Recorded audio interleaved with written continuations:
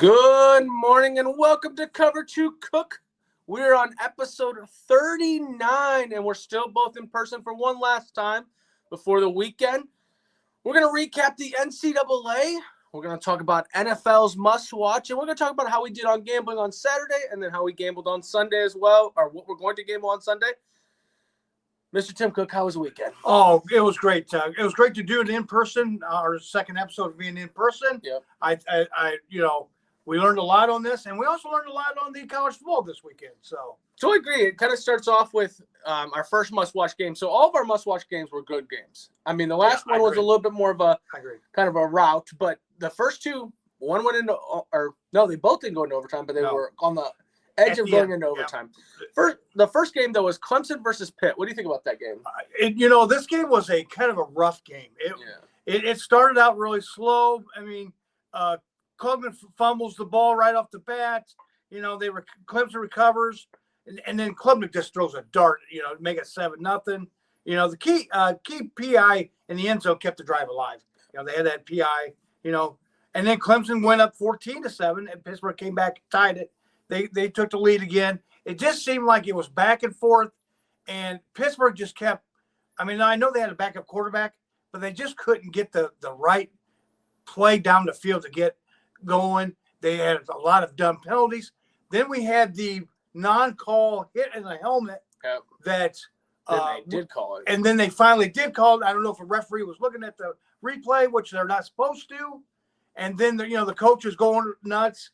And then all of a sudden you see the flag, and the commentator, Sean McDonough, I kind of noticed that seemed like he might have had a little money on this game. Yeah, he's like, they got to fix this. Yes. They got to. They got to talk about this in the offseason. It just like he was talking like, I don't know. It just seemed like, but that Klubnik is really good for Clemson, and they got the ball back with the game tied, or I think they were down, and he goes down and runs that for a touchdown, and the ball game was pretty much over. That Yarnell for Pittsburgh, I mean, he's no Holstein for their, but you can tell he's a backup, but he threw for over 350 yards. Yeah. So I mean that was, I think they just do enough. Their defense is really good, but their offense just can't get the ball down the field. Yeah. And they couldn't get no running attack going either. Yeah, but I think Pitt had momentum. I mean, in the fourth quarter, Pitt had the momentum after kicking the field goal to tie and then to go up. Right. So it was like, okay, they're winning now. Or so they touchdown to tie, field goal to go up. And then it was like, okay, so Clemson hasn't scored in the second half at all. Right. And so you think they're going to go down there and score. And then when Cade gets out of the pocket, it looks like, okay, he's just going to pick up a first down. The safety makes an awful route to him, and he outruns him on the edge, and then he scores a touchdown. And what was it, like a minute and 16 seconds left when Pitt got the ball. Yeah. And it was like, Pitt isn't that team to go down and score. No, they're a team that has to play from the head. They started driving a little bit because Clemson's going to keep everything in front of them. Right. But they weren't going to go down to score, and they had to score a touchdown. Yeah. And that was the problem with the field goal versus the touchdown for Clemson. I had the under on this one. Nice. It made me sweat a little bit at the end because if it would have went in overtime. But this is a game. It keeps Clemson alive. Obviously, we're going to talk about SMU and Miami on the future episodes of like how they could still stay alive. They lose this game, it's all over. Yep. Yeah. So because I think there's like one team coming out of the ACC. Yeah. So and with Clemson getting that win for our second game, must-watch game, another classic was Missouri versus South Carolina. Another great game that came down to the end. You had three lead changes in the fourth quarter alone. I mean, Mizzou battled back in the fourth quarter twice to get back the lead. And like when that touchdown to Birkin, I think it is, or whatever, down the sideline with the 37-yard touchdown with like a minute and 10 to go, you thought, okay, it's over. Yeah. It was a hell of a catch. You were like, okay, now South Carolina is going to lose. It's like they had all these SEC. And then they go drive back. Yeah, that seller for South Carolina is a stud. And he's strong. And that's the thing. Where he got out of a lot of sacks with Mizzou. But then when they go down and it looks like it's just going to be like, okay, get the first down, we'll kick a field goal, blah, blah, blah. And then he just keeps going, and then he falls in the end zone, and it was like, Mizzou, what are you doing? Yeah. I mean, you got to clamp up at the end there. Yeah. But that was another banger at the end of the game. Yeah, I think Missouri's an overrated team. I don't think they're not disciplined. They're just not there. And I think that Brady Cook, we didn't expect him to play. Yep. He comes out and plays, and he didn't play bad. I mean, the two darts that he threw down the sideline, they were just, he did a game effort. He did all he could. He did have a fumble Yeah. in that game, and was it the wrist injury that made it? Because maybe he just can't grip the ball like he should or could. I don't know. He's whipping it around everywhere. So. I know, but I think that does. I think that had a little bit to do with it, And that they've got a hell Rocket Sanders. Yeah. What a hell of a first name for a running back. I mean, when he scored that touchdown at the end of the game, he made it 30 or 28, 27. He barreled over 4 people to get into the end zone, and that was just wow. I think South Carolina could be, if they got in the playoffs, could be a dangerous team. Well, because they play good defense too. And if you look back at South Carolina's year, you lose to LSU with the last-second field goal that you kicked and missed, and then Alabama, you had in the ropes there too. Yeah. And then you kick a field goal to win, and you didn't make that one either. Yeah. They were 2 field goals misses away from being 2 wins. Yeah, and now you're talking one loss. Yeah, one possible loss. SEC in the SEC championship. Yeah. So I mean that's And think about it, you would have knocked LSU out of this whole conversation earlier in the year, and possibly Alabama too. Alabama on too. both kicks. So I think they're if they get an opportunity, they could be a dangerous team come playoff. If they can make the playoffs, Yeah. I think they're too far down to make the playoffs. Yeah. But it's a good recruiting for next year, though. Exactly. And then the final game, the game of the night at the end of the night, Tennessee versus Georgia. What did you think about this game? This was it was a slobber knockers, like JR would say in wrestling. It just was just punch after punch. Beck kept coming back and coming back. It was just a good game, but it just seemed like that. You can tell he's a freshman for Tennessee. That Imavera. Yeah, Nico. Yeah, Nico. He just cannot. He can't get it. He's just not. And that runner that they have, what was his name? Samson. Yeah. He is a stud. Yeah. He's a stud. I mean, he's like a bowling ball. I mean, he just runs right over people. It just seemed like they had that big drive in the third quarter, and they took up like almost 10 minutes of the quarter, and they didn't get nothing to show for it. And then Georgia gets the ball, and they take up about 10 minutes of the game, and they score a touchdown. That's the difference between a good team and a great team. Yeah, I don't even know if I don't think we're still calling Tennessee out. I mean, now that Tennessee lost, I think they're not a playoff team. No. And why I'm saying that is because we're seeing all these 2-loss teams and Alabama and Ole Miss beat Georgia, but Georgia beat Tennessee. And so you just look at all these things, ratios. My thing about it is Tennessee prided themselves on a defense. Georgia had not had that routine offense yet, where Beck was getting in routine with a lot of these wide receivers. That happened in this game, where Georgia's offense took charge of the passing attack, and Tennessee couldn't stop it, which Tennessee has thrived on their defense. Right. They couldn't get to Beck as much as they wanted to. Right. So the field was wide open in the middle. Yeah, and I just think now I would be scared if I'm in the SEC and seeing how Georgia played yesterday, because we've been waiting for this Georgia team. Yeah. Now the problem is, can Georgia keep it up? Yeah. Now, but you have to remember, they were not home for a month. Yeah. So now they have 3 games, 1 of 3, so 2 more home games at home. Right. If they can get that routine going, Beck can start playing away. And what changed that game was Beck's scramble. When Beck got out of the pocket that one time, and we were talking about it, he evades the tackler and then leans forward and he smokes the safety. It felt like he got his mojo back, and it was like, okay, here we go. This is Carson Beck. After that happened, he just started throwing the ball everywhere. Yeah. I just don't know if they've got the receiver. I mean, that Smith receiving, and I think there was one other guy, Dope. That was 2 touchdowns. Yeah. He finally got him going, and that's been the guy that's his tight end. Kind of like Brock Bowers last year. Yep. Now this Delp is now into. He's got to get more. I know they're all hurt. Maybe getting ETN back next week, hopefully, will help the offense.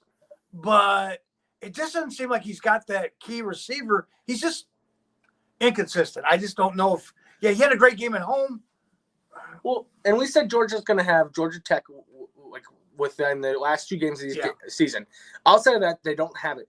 Even if you can get ETN back by playoff time or SEC championship, because they are now in the talks of the SEC championship. Yeah. So we'll see with that one. But for other scores in the NCAA, we had earlier in the morning, or actually I'm just going to go from the top 25. Oregon escapes Wisconsin 16-13. 10 points had to be scored in the fourth quarter by Oregon to win this game. Ohio State beats Northwestern in Wrigley Field 31-7. Texas beats Arkansas 20-10. Penn State beats Purdue 49-10. BYU, the Mormons go down 17-13 to Kansas. Notre Dame beats up on Virginia with 5 turnovers. 35-14. Alabama beats Mercer 52-7. Boise State pulls it out in the second half 42-21 against San Jose State. SMU beats Boston College 38-28. Texas A&M beats New Mexico State 38-3. Kansas State loses to Arizona State 24-14. Colorado beats Utah 49-24. Washington State gets beat last night by New Mexico 38-35. Louisville loses to Stanford 38-35. Florida beats LSU 27-16. And Tulane beats Navy 35-0. What do you think about this weekend? I thought it was pretty good. Notre Dame looked really good as Notre Dame fans. They look really good. Shedeur Sanders and that throw that Sanders threw to Hunter, I think was in the second quarter. Yeah. If Hunter's not, I know he's the favorite now. He really looked good Saturday afternoon, you know. So that was another deal too. I mean, if the Virginia win, I mean, it was a good weekend. BYU now, now the Big 12, it's up for grabs again. Yeah. So I mean, that's some of these teams that we're noticing too, like Clemson. They don't play any more ACC games, so they're done. I mean, they played their 8. That's it. So now they have to sit back and wait to see what other teams are going to do to see if they can even play the ACC championship. You know, there's some teams that have already their schedule's done for as far as league conference play, conference play. So that makes a big. I mean, now it's in other people's hands. They can't control it anymore. But there's only one conference game we already have, which is Army versus Tulane. Otherwise, everything's still up for grabs. Whether you're playing conference games or not, right? Everyone is fighting for something. 2 weeks left. We have 2 weeks left. We're going to find out who. I mean, you know, this next week will kind of solidify a lot of it. Yeah, but it is. Yeah, and I think that last weekend with Texas A&M in 2 weeks. You know, next week you got Ohio State, Indiana. You know, you're going to find out Oregon. You know, this week barely got. You know, they won against Wisconsin. Wisconsin had them on the ropes. Their defense really stifled it. I think they almost gave a blueprint to everybody else of how to contain Gabriel because he did contain until the end. I mean, their running attack is really good. I mean, they've got a couple running backs that are and including Gabriel that can run too as well. Yeah, so, I think when you look at that game, Oregon escaping against Wisconsin, night game, different environment, obviously traveling to the Midwest. I just think the jerseys looked awesome. They were cool, right? Yeah, but they were definitely missing Tez Johnson, I think his name is. Yeah. They were missing him. They missed a wide receiver in this game. Outside of that, obviously BYU going down. It was one of these things where it was like you're kind of waiting for it to happen with the Big 12 because it was just like everyone was beating up on everyone, but BYU was escaping these games. It was like, okay, now because they still have a couple more games that they kind of like Miami this year. Yeah, and they might not even make it into the Big 12 championship. If they lose another time, they might be out of it. Yeah. So, and then you got SMU still winning, so you're in the ACC. You got them still going. Right. You know, you have Arizona State now. They might be the one that goes into the Big 12 with Colorado, which Arizona State was predicted to be last place in the Big 12. Yeah. So big turnaround for them. I think it was a lot of upsets. I mean, LSU losing to Florida and stuff like that. Like now, is Brian Kelly on the hot seat? Nah, I don't think he's yet on the hot seat. But there is a clip of them going viral of him coming up to a player, and I don't know what player, but he told him, he's like, "Don't you dare walk away from me." There's a lot more explicit words, but don't you dare walk away. You're uncoachable. And it's like that's the Brian Kelly I miss, though. Yeah, you know what I mean? Like he didn't have all the talent that he has at LSU at Notre Dame, right? But that hotness, like that. Yeah. He got a lot of scrutiny because of it, but his team played good. Oh, this is the first year in 7 years that he doesn't have a 10-win season? Right. So I'm sorry, but bring it back. Yeah. Get your face red. Yep. I know that humidity already makes your face red, being an Italian from the East Coast. Right. But and then you see Navy going down to Tulane. So it was a big weekend. I think next weekend we have a lot of great must-watch games. I mean, including our team, Notre Dame and Army going at it. At the New York, Yankee Stadium. Right. So that'll be a great game. But and we'll do like what we did again like this week on Saturday. We'll kind of talk about the college playoffs because we'll get to see what all that is, and then as well bring what must watch. But let's get to the NFL. Oh, before I go to the NFL. Oh yes. How'd you do on betting? 1 and 2. Illinois, you know, they took care of business, beat Michigan State. But then Syracuse, they beat Cal. Cal, I seen a stat where of all their losses have been less than one score, less than 8 points all year long. They just can't put it away. Yeah. And they got behind against Syracuse. So, that was a bad deal. And then I took the San Jose State getting 13.5. They looked really good. And then Genty took over. Yeah. And they ended up losing 44-21. So, they were down by 2 touchdowns at one time. Boise State, and came back and won by 3 touchdowns. 3 scores. So, that team's pretty good. That might be the team that doesn't get an opportunity for the playoffs. Boise State? Yeah. I think they'll get the 12th seed. I think they'll get in because they'll have to. How are you going to keep them out right now? Yeah. If they win out. Right. If they win out. But I ended up going 1-2 as well. I started off with the win right off the bat with the Clemson pitch, with the under, and then I go to Nebraska USC, and it comes down to USC scores with less than 2 minutes to go. Yeah. They get 8-point lead. I'm like, okay, Nebraska goes down. They get down to the 13-yard line. The last play of the game was 5 seconds. He throws it back in the end zone. I think there was total pass interference or holding on the defense or whatever you want to call it. Nothing was called. Yeah. They lose by 8. I had 7.5. I call it a bad beat because it's the half a point loss. Bullshit. You lost by the hook. And how many times do you get beat by 8? You get beat by 7. Yeah. And that's why you take the 7.5 is because you're like, they won't win by 8. Yeah. And if they lost by 10, I would have been as mad. But 8. Yeah. It seems like Vegas knows what's going on. Yeah. Right. And then Oregon, obviously, just only putting up 16 points. You can't beat a team by 13.5 if you let them score that game. That one kind of tough. Like, I didn't expect Oregon to come out struggling, but now knowing that changes my mindset of Oregon, because Oregon all year has just been kind of this rolling fastball. Right. And it's one of these things now where playing Wisconsin close. Alabama played Wisconsin earlier in the year, and they didn't play them close at all. No. So Oregon played them close. We'll kind of see. It was a night game in Wisconsin. Later in the year, it gets colder. We're now in Wisconsin. So and we noticed also overall, this is the last thing I'll say, the refereeing this weekend. Yeah. Holy cow. That one where the guy hits the Pittsburgh and they have to wait until come on. And then they had to have talked about that for 10 minutes. Yeah, but see, I don't think that was the worst call this weekend. I think the Notre Dame call where Notre Dame's fake punt and they sat there and waited after a touchdown. Every team went to the sideline. They're sitting there and waiting. Yeah, I agree. If you have to wait that long, then it's not a penalty. Yeah. Now, they looked in the rule book, and you had to have numbers, blah, blah, blah, through here. It was just so dumb. Yeah, they went by the letter of the law, and it just was, come on, man. Well, and that's where the New York office, or whatever you want to call it, that's too much. You're just doing too much. Like, call the pass interferences. Call the face mask. Do all that other stuff. Yeah.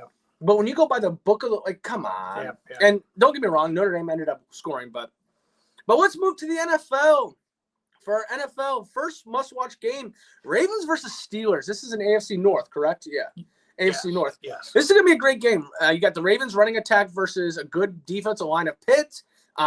Lamar has actually struggled against Pittsburgh. He's not has a good record against them.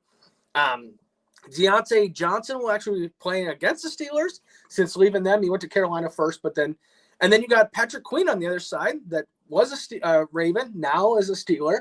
And that was a huge controversy of them switching. But Steelers have looked good since they brought Russell Wilson in. They're 3-0. They're averaging over 30 points a game. The Ravens have a great red zone team, while the Pittsburgh has a great red zone defense.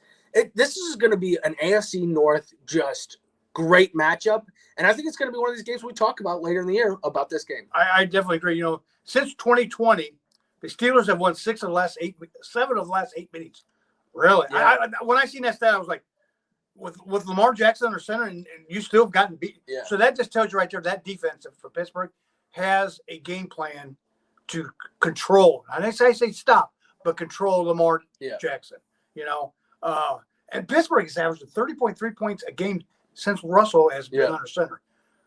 So everybody that criticized about, you can't. I'm telling you, he throws that moon ball, this all of a sudden moon ball that he throws and just dumps it right in there. I mean, he is just, the bottom line is, and that's the deal too. The Ravens defense is the bottom third of the league. They just don't, they're not the Ravens defense we've known and loved. Yeah. So, they're not playing very well. I think the Steelers Steelers offense can score against the team. I think it's going to come down to whoever has the ball last. I really do. See, and I think in this game you're going to look at. I think Mike Williams was a bigger asset to the Steelers than what Deontay Johnson is going to be to the Ravens. Mm-hmm. So, and because they both made moves because they're both fighting for this conference at the end of it. And so you're like, who made the bigger moves? I think the Steelers made a better move than what the Ravens did. Now, the Ravens made the better move in the offseason by getting Derrick Henry. That's what's changed their offense. That's why they're as good as they are in the red zone. He scored 10 straight to start the season off of a touchdown, which I love having him on fantasy because you can almost depend on a touchdown. Right. Knock on wood, he won't score a touchdown today. But it is one of these matchups where it's going to be a hard – it reminds me of like a Big Ten game. Yeah. Where it's just going to be run the ball. Yeah. It's going to be a hard-nosed defense. It's going to be great. But the Ravens' defense, even though it's in the bottom third, it seems like it picks up for good games, right? Yeah. For the games that they should be good, they don't do so good. Right. But then the games where they need to be good, they are good. So I think this will be a Ravens good defense day. And we'll look at it and be like, well, it's that Ravens defense we know. But it's not consistent. Right. But today I think they do. I mean, when you have TJ Watt on the side there, it's hard to compete against that. I think the way that they've handled Lamar in the past, I don't see anything changing. I do want to put one thing about this. A reporter asked Mike Tomlin about seeing Deontay Johnson again, stuff like that. How has that kind of kept you up a little bit? He goes, they got a lot more weapons that I need to worry about. Well, that was kind of a little dig there. That was like, you're not even one of the people I think about. So so they might try to get the ball to Deion Johnson as much as they possibly. Well, and there was a lot of, and the way that ended was bad blood. Right. So it was just, I think this will be a good game. This is actually one of my games I'm betting. Yeah, I think so too. I don't think Pittsburgh can get into a shootout either. No, because I think Baltimore will just. But who knows now with Russell? I don't know if he can. I don't. Yeah, and with Ravens defense, they're acceptable to a shootout because they just seem like in the fourth quarter they just let teams back in it. Yeah. So I mean, they let Tampa Bay back in. They've let so many teams back in that. And I have a fear that I don't think you're going to see Derrick Henry in the end zone today. I just think the way the Pittsburgh's defense handles the running attack, their run defense is very good, but their passing game might be a little acceptable. But that's what the Ravens lack. Right. So Zay Flowers could have a big game, or if they don't, I think this game could get out of hand fast. I like to bet this one later just because of all the stats and what they have there. But our second must-watch game, Bears versus Packers. What do you think about this game? Oh, the 209th meeting of this rivalry between the two teams, but Green Bay, the last 5 years have owned, and I repeat, owned with a capital O-W-N, owned the Bears. 10 straight. I mean, that's just, and it looks like the two teams are going in the opposite direction. We got turmoil in Chicago. Yeah. We've got people saying we need Badgett in there. We've got, they got rid of the OC, Waldron. Now they got this Thomas Davis. He was the OC at the Panthers. Hey, Panthers, how'd that work out for the Panthers last year and their offense? Not so well. So is things going to change? I don't know. But another thing, too, is they've got to – I think they shortened up the playbook for – I think they've got to start having him get rid of the ball sooner. He cannot hold on to the ball. He can't take 9 sacks like he did last week. Or Green Bay, this could be a route early. Yeah. So I think they've got to get DJ more involved, Cole Kmet. They got to get the running attack if they're even going to have a chance at this team. Yeah. They said now Love is 100% from the groin injury. If he gets started, this could be a snowball. I mean, that snowball could go right down the hill. It could get out of hand early. So, I mean, I think for the Packers, they got to get Josh Jacobs going because the run defense for the Bears is terrible. Yep. I mean, Arizona ran all over them a couple weeks ago, so even what was the last one? Who they play last week? Patriots. I mean, they didn't run the ball a whole lot, but they still just did enough, and they've got to get that run defense. And I think with Sweat back in the lineup, I think they will. But if they don't, it could be a dangerous game. I think, I don't know. Well, and if they've got a shot, their defense have got to step up and make Jordan Love throw on the run, make him make mistakes. If they can, they got a shot at it. Well, and I think it's two different expectations for today's game. Green Bay needs to look good so that they can stay in the NFC North. Yeah. Because the Vikings are still playing well enough. Detroit's the team of Detroit. But then the Bears, they need to play well today because they just need to put their relevancy back. Right. Stop making all this turmoil. And I think when you look in this game, obviously you give all the stats about what the past Packers won 10 straight, 25 out of 28 meetings, blah, blah, blah. The fact is with a healthy Jordan Love now, they have so many weapons that with the Bears defense, they are good at stopping the pass. Don't get me wrong. But they're good at making the quarterback make mistakes. Jordan Love can make mistakes. Yeah. He does like to throw balls where he shouldn't be throwing them. Yeah. So I think the Bears have a chance. The other problem that the Bears have, though, or the problem that the Bears actually have, is getting that offense going. Yeah. You went out and got weapons, but you didn't get the right weapons. And what I mean by that is you went and got wide receivers when you should have got offensive line. Yeah. And Caleb Williams did this in college. We see it now in the NFL, where he holds on the ball and tries to evade and tries to do all this and then throw. No, stop it. If it's not there, get rid of it. Perfect example, Jalen Hurts. Jalen Hurts is a type of quarterback where if he gets out of that pocket a little bit and you don't see it, he'll throw it away.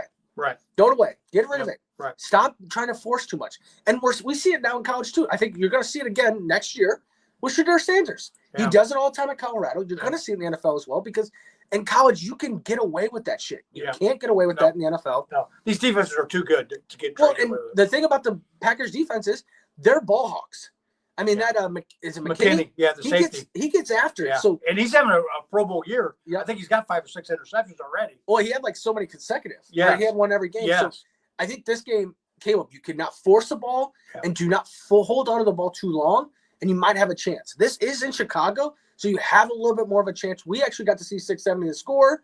Come Friday night with them being in Kenosha down the street from us. So we got to see them talk, and it was weird that they were in Kenosha. With the Bears game being in Chicago, you would thought they would have been here when it's a Packers game. Right. But the Bears have to get going.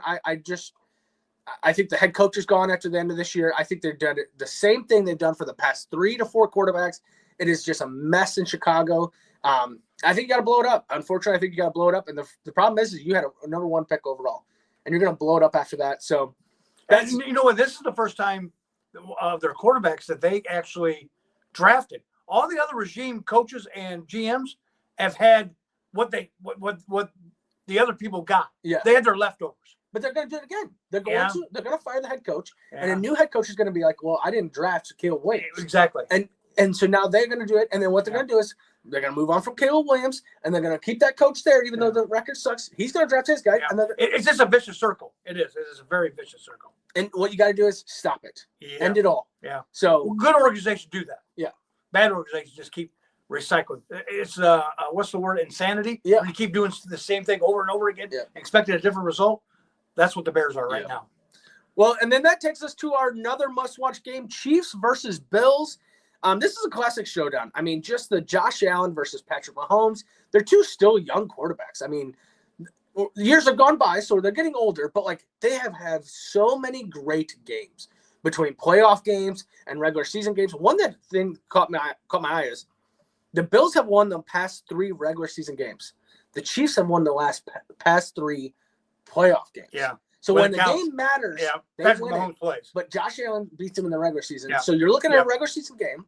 I think that favors the Bills in this situation. Right. It is at the Bills, so that's another one too. But the Chiefs went out and said, "Hey, we want to." When they lost the wide receiver, Rashid Rice. Yeah. They went out and got DeAndre Hopkins. Yeah. And so now you got Juju coming back today. You got Travis Kelce starting to pick up his momentum. Yeah. Kareem Hunt's playing today, which he'll have a big game. But then Pacheco's right. He's coming in soon. Yeah. He's coming back in the next couple of weeks. This offense is going to start looking a lot better with all the additions plus what they already had. But the defense is what I think is for them. Yeah, I agree. Because when you look at Buffalo, the Buffalo's defense has struggled this year. And I mean that not struggled, but like they're just like it's one of these things where like they just give up too many big plays. Right. That's not something you can do against the Chiefs. No. So don't make it pay. And I think what the Chiefs do really well is limiting the big plays. Right. So they'll let you have the 5 yards, the 10 yards, and the 20 yards, but they're never going to give you a touchdown. That's going to no. What they do is they let you go down the field and then they tighten up the clamps. Yeah. Like they tighten up the clamps when it gets into the red zone. They're tightening up things, you know, and that's the biggest deal. I think the Chiefs' defense is better this year than they were last year. Yeah. And then I think the offense has stayed about pretty much even kill, maybe a little bit better. But how can Josh Allen go up against this Chiefs defense? Because this defense is a lot better. he's got to limit the turnovers. He can't be throwing the ball which here he and has there. this year. He's limited the turnovers. Yes, this year, but especially for this game. Especially for this game. I mean, because this could, I think the Bills really want to get this first. They want to give them their first loss. Yeah. And I think does the Bill have 2 losses or 1 loss this year? I think they have only 1 right now. But so if they only have 1, then there's your tiebreaker. That makes the difference between which we've seen last year. They have 2. So yeah, I'm sorry. So that gets them even a little bit closer if the Chiefs can get another loss. Because I think that division that the Chiefs play in with, I think the Chargers can give them everything they can handle. I think Chargers defense is top. Yeah. I think it's top 5 in the league. Yeah, it's really good. And so if you can get them another loss, now you've got the tiebreaker on them. Now they have to come to you, which they did last year, and Patrick Mahomes won. So you just, I'd feel safer playing at home than going on the road and trying to beat them. Yeah, another conversation in this game too is Harrison Butker will not be playing. He went to the IR with a surgery, so you have a new kicker coming in Buffalo, which is always kind of a tough place to kick the field goals. Yeah. So I can see the offense being aggressive. One of the things when they went out and got DeAndre Hopkins was they wanted to make sure that he could play inside, which is where Juju has been known to play in the inside and being successful. When they asked Andy Reid, is this something that's going to be a problem if we go get DeAndre? He goes, more weapons, better situation for us. So you're going to see both these guys kind of work their way inside of the slot wide receiver instead of the outside. My biggest thing in this one is they have too many weapons now. They have too many weapons that I just don't see Buffalo being able to stop. Yeah. I think Josh Allen's going to have to put the team on his back. Yeah. I think what you're seeing this year compared to a lot of other years is he has to spread the ball out instead of just going to Stephon Diggs in the past. Or and I think is Amari going to play this week? I think he's out. Is he? Okay, so that they picked him up to. That's a big key too because I think they have just as many weapons. If they can throw Amari in there, I think they have just as many weapons because you still got Shakir, you still got James Cook out of the backfield. That can match up with Kareem Hunt. I think they've got the receivers to. Yeah, you got if Amari would play. I mean, But don't you think Buffalo just built the same team that Kansas City had? Because they went out the Kincaid, they found out he's pretty good. Yeah. So that's your Travis Kelce. Yeah. And then they have the running back that was either out of the backfield but runs the ball hard, James Cook. Yeah. And then you have the wide receiver, which Amari was that when in the trade, that which they were missing in the start of the year. And then you got Shakir that's going to got the top over, which is what the Kansas City Chiefs have done back when you go Tyreek. To now even this team with Juju and stuff like that. So and Josh has been playing good the last couple of weeks. If Josh can play like he's been playing the last couple of weeks, and Buffalo's defense can contain Mahomes, kind of like Denver did last week. Yeah. Denver, they only give up 16 points to him at home. If they can contain him, if that defense can contain him and don't let them dink and doink and I like Buffalo in this game. I really do. I think they're going to give them the first loss today. And if I'm Kansas City, I wouldn't be upset if I lost this game. Right. And here's why. Because eventually they're going to lose. You need to lose. Yeah. Not that you're going to lose. You need to lose. Yeah. Because if you remember back when it was like the 2016 or whatever, I don't know what year it was, the Patriots. I think when they 2012. Went, yeah. They went undefeated, and then they went to the Super Bowl, and they lost that game. Tom Brady talked about it so many times. He was like, I was kind of hoping we lose. Yeah. And when not to go back to college football, but I think Notre Dame has changed their entire mindset since losing that Northern Illinois game, where this team looks better than ever because of a bad loss like that. So I definitely think looking at this game, it's a 3:30 game. I thought this would have been a Sunday night game or a Monday night game, standalone game, because it is a game that you want to tune in to watch. Yeah. But, because your 3 o'clock games are pretty good, though. So for the rest of the NFL, so what kind of games are you looking at? Like the Bears-Packers, we talked about it at noon. Jaguars and Lions are at noon. Vikings and Titans are at noon. Raiders and Dolphins, Rams and Patriots, Browns and Saints, Colts and Jets, Ravens and Steelers. Those are all at noon today. So great games at noon. Yeah. I mean, a great day for Red Zone, but you might even want another TV to just kind of flip through these other side games. Yeah. At 3 o'clock, you have the Falcons and Broncos, Seahawks and 49ers, Chiefs and Bills. So pretty good afternoon games. I think you just really focus on the last 2 I just said, Seahawks and 49ers, Chiefs and Bills. Tonight you have Bengals and Chargers. Both teams kind of need a win there to keep it going. I think the Chargers need to kind of get back to like what the Chargers way. And then Monday night you have Texans versus Cowboys. Yeah. I mean, that's yeah. I think last year would have been a decent game. This year, you don't have Dak. I mean, you got Cooper Rush. It's a rush attack. Yeah, you know what I mean? yeah. What was that, color rush they used to call it? Yeah. It's a color rush right there. No, but what do you got for your first bet this Sunday? Ravens versus Dolphins. The Raiders coming off, they've lost 5 in a row, and they gave up 41 against Cincinnati 2 weeks ago. They were coming off a bye. You know, the Dolphins are 3-6. They won Monday night against the Rams. You know, they have no room for error. They got it almost went out. Yeah. So they got to keep going.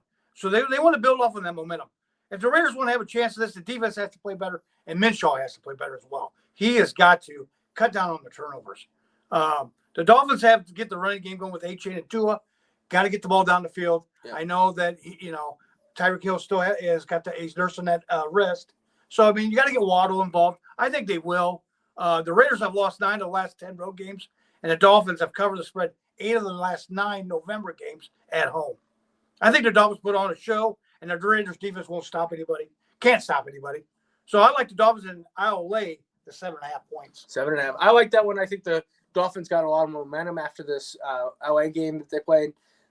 Everyone was talking about how LA was going to start taking over. They're going to get on a roll. Dolphins came and won that game. They didn't come back. They kind of handled that game all game. But for my first bet, I like the Bengals versus Chargers in this game. I like the over 45.5.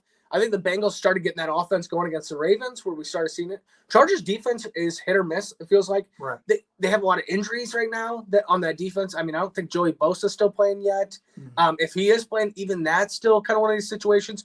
I still like the Bengals to come out and being able to throw the ball. Joe Burrow looks like he's got it going again. Right. The problem that I have with this, and I'm betting it, even though I have a little problem with it, is this the Bengals team we just saw last Thursday? Is this? Right. They have more days to kind of get ready for this team, but they got to get Jamar Chase involved. Higgins should be playing in this game, so that gives them another weapon in this game. Right. You saw Hudson come on for the tight end position. You have Getsky.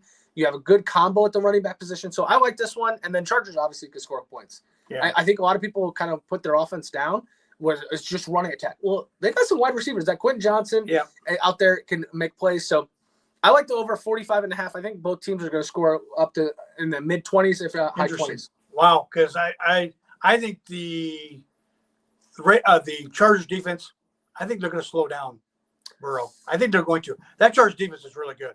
We'll see. We'll definitely see. What do you got for your second bet? Seahawks, 49ers. Seahawks coming off. They've lost 5 out of the last 6. They're coming off the bye. 49ers, they struggled against Tampa Bay last week, They won 23-20 on the Jake Moody field goal at the end. Deebo Samuel kind of got into the long snapper. Yeah. Let's see how that goes, The last time these two teams met, 49ers won at Seattle 36-24, in which the 49ers had 226 yards rushing. 49ers defense, I think, have to step up and shut down the running attack of Seattle's, as they did against the Bucs. Make them, beat you in the air. I think coming out of the bye, Seattle will be prepared. And the 49ers struggle against the Bucs. So you know what? I'll take Seattle, and you can give me 6.5. Yeah, okay. I am a little worried with this game because DK is supposed to be back. Yes. So you think, okay, now they can open up the offense again, get Kenneth Walker involved. But the one thing that's been consistent with San Francisco all year is their defense. Yeah. Their defense has been very consistent with all that. So, and then now you got Debo kind of there. You got Pearsall kind of came out of a shell. Maybe is he going to keep performing? But Juwan Jennings is supposed to be back. Christian McCaffrey's starting to kind of get going. So I'm a little worried about that one, but that we'll see, because I think the Seahawks, the beginning of the year, we were like, oh my gosh. Yeah. So if they can get that momentum back, it's a tough game to get everyone back. This team. So we'll definitely see. For my second bet, we're going back to that first must-watch game, Ravens versus Steelers. I think all the stats show that the Steelers are the team that's going to beat the Ravens. I think the Steelers show that with what they've got with Mike Williams and Russell Wilson, and Najee Harris has started up recently. Jalen Warren's getting more attacks. I just like this offense to go against this Ravens defense. I think the Pittsburgh's defense is better than what Ravens defense is.